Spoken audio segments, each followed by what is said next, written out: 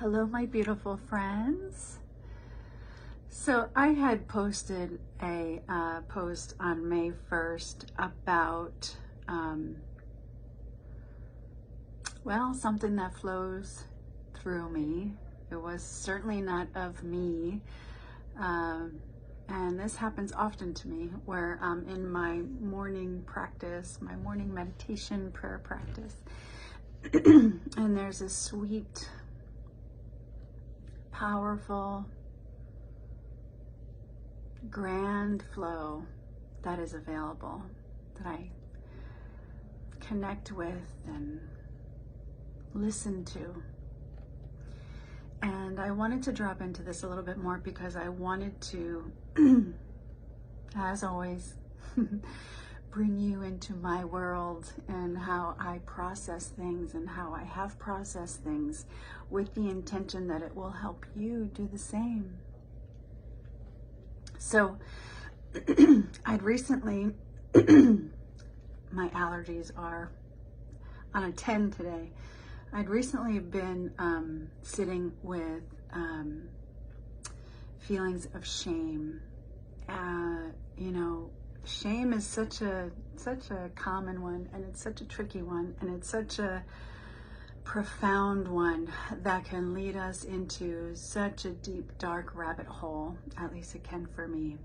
And I wonder if you can resonate with this around shame. So for most of my life, up until very recent, I have of my own fruition, have felt like I have not been an adequate mama. And anyone that knows me personally, immediately when I share this with them, they go, "Veronica, what? Like, I know some bad mamas in my life. You are not one of them." Right? But this is shame. Shame is self-created.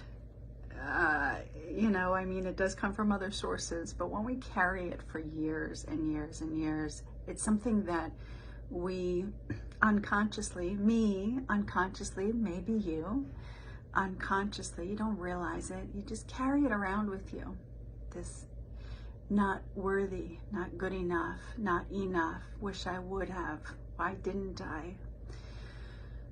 So I wanted to bring you into this very intimate place in my life because I wanted to explain the process of how I shifted the shame and freed my own heart to be loved. So not feeling like an adequate mama for me has been around the relationships that I have chosen in my life and how they have impacted my children.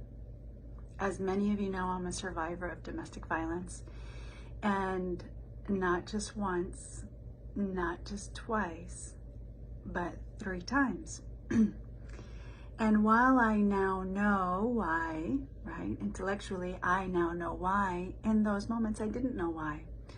So right up to recently, I was carrying those parts of myself with me to today. And just buckle in for a minute, because I'm going to try to explain how I see healing, and it gets a little complicated sometimes. For me, as I sat with these feelings of shame around not being an adequate mama, mom, mommy, all the things, those beautiful words, I kept going back to times where I was in these relationships with children and how it impacted my children. So when I would think of these times, or I would feel the heaviness on my heart, I wouldn't see grown me today in my mind's eye when I would think about it.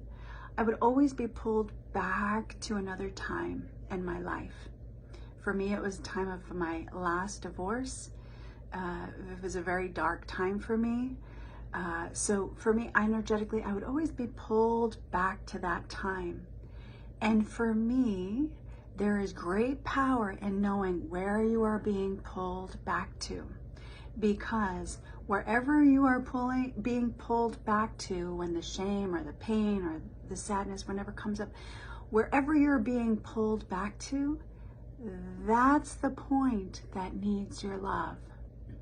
That's the place that needs your awareness and your time. So for me, it was around a time that I cut all of my hair off. It was a little longer than it is now. I walked into a barbershop.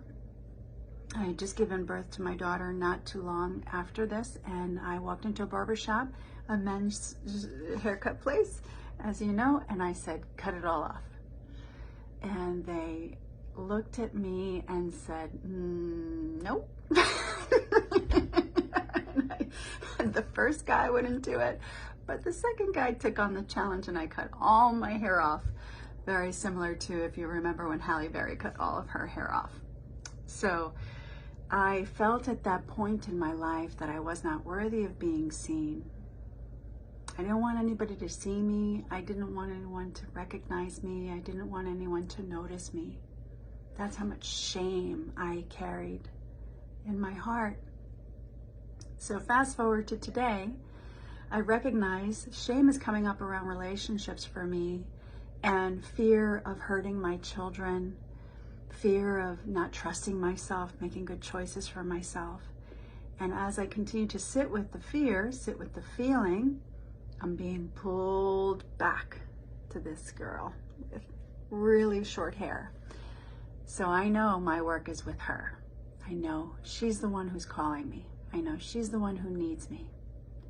And as I drop into that place, from this place, not embodying her or allowing her energy to really pull me down into the rabbit hole, but observing her. And this is a detached perspective that I talk about all the time in my work and with clients. I observe her. And at the same time, almost simultaneously, I'm collaborating with this energy that I posted about on the 1st. People call it God. People call it spirit, energy, the universe. There's so many names for it. And I don't identify with any of them. I know it's there. And it's a resource to all of us, every single one of us. And if we allow ourselves to become still enough to go through this process that I'm explaining to you, recognize the feeling you're having, recognize where it's pulling you back to, sit with that part of you, and kind of see it, hear it, but do not become it. Just stay a little detached from it, and then call in this beautiful energy. My love, what I guarantee you is it will take you from the pain you are feeling now all the way through to freedom. So for me personally, I sat with this part and I heard it's shame. She's incredibly afraid of how the kids are. She's incredibly worried. Are they safe? Where are the kids? Where are the kids? Where are the kids? Where are the kids? Where are the kids? Her job was to protect her babies. So I really had to kind of, manage her and let her know, we don't live there. Hello, we don't live there anymore. We don't live 17 years ago. Here, this is where we are now. This is what the kids are doing now. So I had to pull her out of that time in my life, which is me. I'm pulling me, this part of me, what I call fragmented part of me. I'm pulling her out of that time with love and with compassion and with great empathy. Not pulling her any sooner than she says she's ready.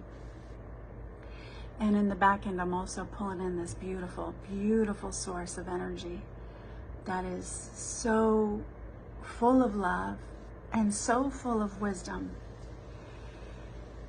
And the key, another key to connecting to this other piece, call it God, call it spirit, call it energy, call it the universe, whatever feels good to your beautiful heart. The key is not listening from here, but listening from your heart. The heart's intelligence far surpasses what we got going on up here. So This is the step-by-step process, my love, that I was referring to in my May 1st post. It's what I believe the most powerful healing to be. It's what I believe we all can do. While I support others and therapists and all kinds of beautiful people, healers come and support us all in getting through to the other side of it, we are all very well equipped to do it ourselves. If you feel like you need a way shower, go for it, get a way shower. But if you feel that you can sit in this space with your own beautiful heart, then do it, my love. Do it. Listen to your heart. Listen to where it's pulling you to go. And use this little system to guide you as you navigate through the beautiful healing that is ready for you today. So that is my love for you today, and that is my little bit of a drop-in around my May 1st post. If you did not see the May 1st post and you're like, what is she even talking about? Go back and take a look at my May 1st post. All right, my dear, much love to you, and let me know if you try this process, how it goes for you.